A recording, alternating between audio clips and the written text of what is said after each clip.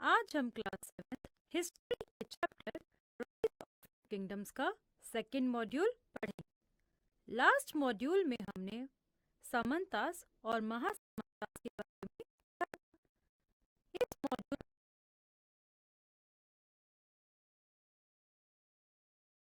में हम पढ़ेंगे डायनेस्टीज के बारे में। तो चलिए स्टार्ट करते हैं हमारा मॉड्यूल। बात करते हैं डेक्कन डायनेस्टीज की।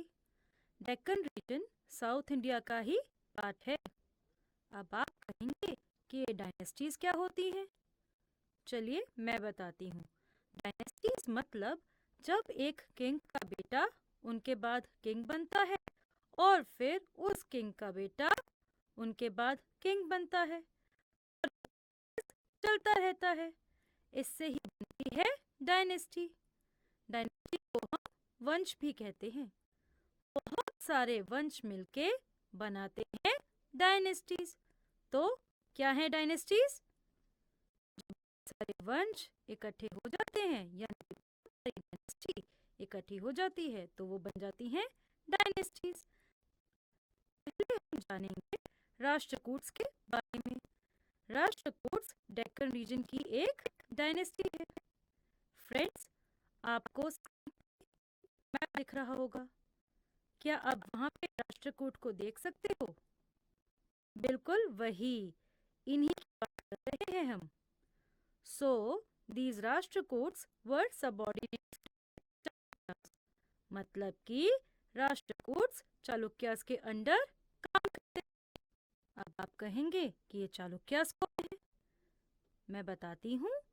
चालुक्यास भी डेक्कन रीजन की एक डायनेस्टी है। ये डायनेस्टी कर्नाटका में सिचुएटेड है, इसीलिए इस डायनेस्टी को चालुक्यास ऑफ कर्नाटका भी बोला गया है।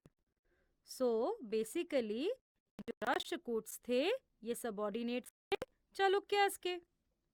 आपको याद है हमने फर्स्ट मॉड्यूल में पढ़ा था कि 7th सेंचुरी तक काफी सारे बिग लैंडलॉर्ड्स और वॉरियर चीफ्स थे और इनके किंग इनको सबऑर्डिनेट या सामंतास कहते थे। जब ये सामंतास पावरफुल हो जाते थे तो वो खुद को महासामंता डिक्लेयर कर लेते थे। ये महासामंतास कभी कभी अपनी इंडिपेंडेंस खुद ही ले लेते थे अपने ओवरलॉर्ड से। राष्ट्रकूट्स भी उन्हीं में से एक थे। मिड 8th सेंचुरी में दंती दुर्ग जो कि एक राष्ट्रकूट थे, उन्होंने अपने चालुक्यन ओवरलॉर्ड को ओवरथ्रो कर दिया। मतलब कि वो इतने पावरफुल थे कि उन्होंने खुद को इंडिपेंडेंट मान लिया। उन्होंने कहा कि हमारे ऊपर कोई ओवरलॉर्ड नहीं है, कोई किंग नहीं है, हम इंडिपेंडेंट हैं। इसके बाद दंती दुर्ग ने एक रिचुअल यानी कि एक रस्म परफॉर्म की जिसको कहते हैं Hiranyagarbha. Hiranyagarbha literally means the golden womb. Hiranyagarbha ritual Brahmana की हेल्प से परफॉर्म किया। ऐसा कहा जाता है कि जब ये रिचुअल ब्राह्मण की हेल्प से परफॉर्म किया जाता है तो सैक्रिफाइजर यानी कि इस रिचुअल को परफॉर्म करने वाले का रीबर्थ होता है। मतलब कि इस रिचुअल को परफॉर्म करने वाले का दोबारा से जन्म होता है as a Kshatriya, even if वो पर्सन बाय बर्थ क्षत्रिय नहीं है।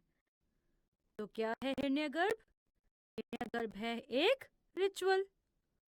इसको किसकी हेल्प से परफॉर्म करते हैं? इसको परफॉर्म करते हैं ब्राह्मण की हेल्प से। इसमें क्या होता है? बेसिकली हिरण्यगर्भ को परफॉर्म करने से जो भी इंसान इस रिचुअल को परफॉर्म कर रहा है उसका रीबर्थ होता है as a Kshatriya, even if वो बाय बर्थ क्षत्रिय नहीं है। तो फ्रेंड्स, दंती दुर्ग ने ये रिचुअल इसीलिए परफॉर्म किया जिससे कि वो क्षत्रिय बन जाए। हमने जो दंतीदुर्ग थे वो चालुक्यास के सबऑर्डिनेट थे, वो बाय बर्थ क्षत्रिय नहीं थे।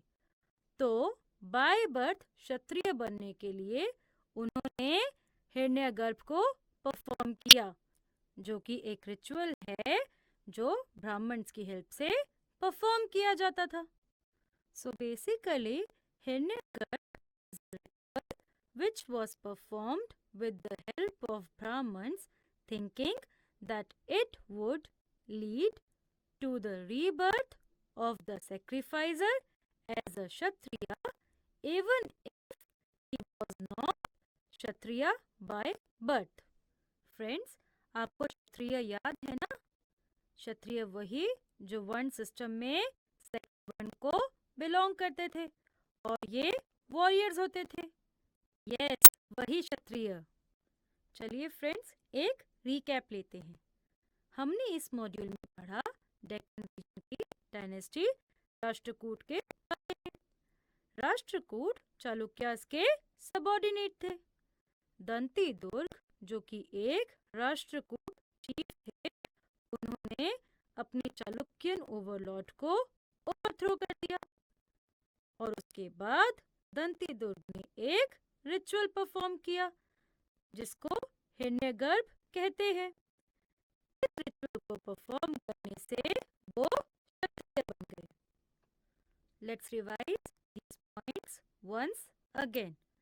We read about dynasty of the region, that is Rashtrakoot. Rashtrakoot was subordinate to Chalukyas. Dantidurg, a Rashtrakoot chief, overthrew his Chalukyan overlord. He then performed a ritual called Hiryagarbh, after which he became a Kshatriya.